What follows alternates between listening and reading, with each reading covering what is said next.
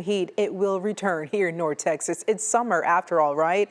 But this is really a reminder that the heat can lead to heat exhaustion or maybe heat stroke, and it's vital to stay protected. Joining us right now to give us some key points is Dr. Yasser El-Khattab from Purposeful Healing in Dallas. Good morning to you, Dr. El-Khattab. How are you? Hey, good morning, Cleo. Glad to be here. How are Glad to you? have you. All right, so let's start off with some background about heat exhaustion, heat stroke, and what are the key differences to look out for? Yeah, so Cleo, good news. The weather looks like it's going to hold up. But this is a really relevant topic just because typically we're sitting in triple digit temperatures this time of the year in the South. So it's really relevant. Essentially, heat exhaustion is a category of heat related illness in that the body simply is just overheated. In the medical literature, we actually define it by our core temperature being elevated. So 101 to 104 degrees Fahrenheit. That can be a problem because eventually, if you're too hot, the body will eventually break down.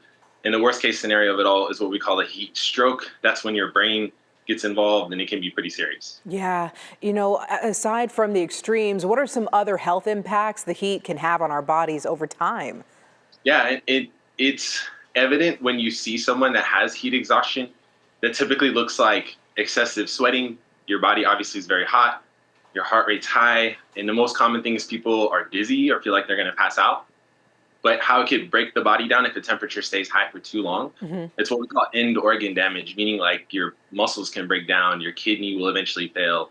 And then the worst of it all is when your brain gets involved, you end up in seizures, confusion, you're disoriented, and then the worst of it would be coma and death. So it can be pretty serious. Yeah, I feel like people know it's hot, right? But they still go outside and really don't remind themselves rather of the things they need to do to be safe, right?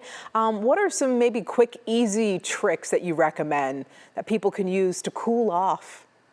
Yeah, so the most important thing, like you said, is cooling off, and the medical literature supports that. But even in our clinic, we focus a lot on prevention. So really think ahead. The top three things are avoiding the heat as much as possible. So I Hmm. have a lot of patients who they would typically exercise during the day, and I would just kind of have them route to work out or exercise in the morning or switch to like swimming or a different sport during the summertime. The other thing is acclimation. So if you don't really go outside, don't decide to run a marathon, out in the heat. So make sure you're acclimated. And then lastly, staying hydrated. Some of my coolest tricks that I like is consuming fruits throughout the day because it has a lot of water consumption with Hmm. electrolytes in it. 100% natural apple juice, Cleo, believe it or not. So don't add any sugar, but it has the perfect salt and sugar content that makes you absorb water even better. And then my personal favorite trick is adding dates with your water consumption helps you absorb water better. So staying cool and staying hydrated are the two big things. Yeah, dates. Very tasty, Dr. El-Khattab. Listen, you're part of a very unique clinic here in Dallas called Purposeful Healing. Can you tell us more about that? Yeah, absolutely. So we're here in the heart of Dallas. I like to call us a holistic wellness center. Our focus really is healing and finding the source from within and focusing on prevention. And so I serve as the doctor of osteopathy, which means I'm a primary care doctor.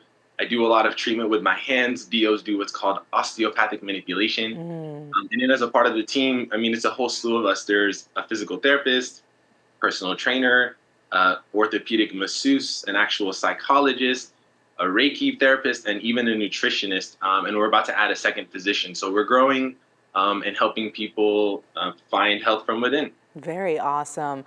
Dr.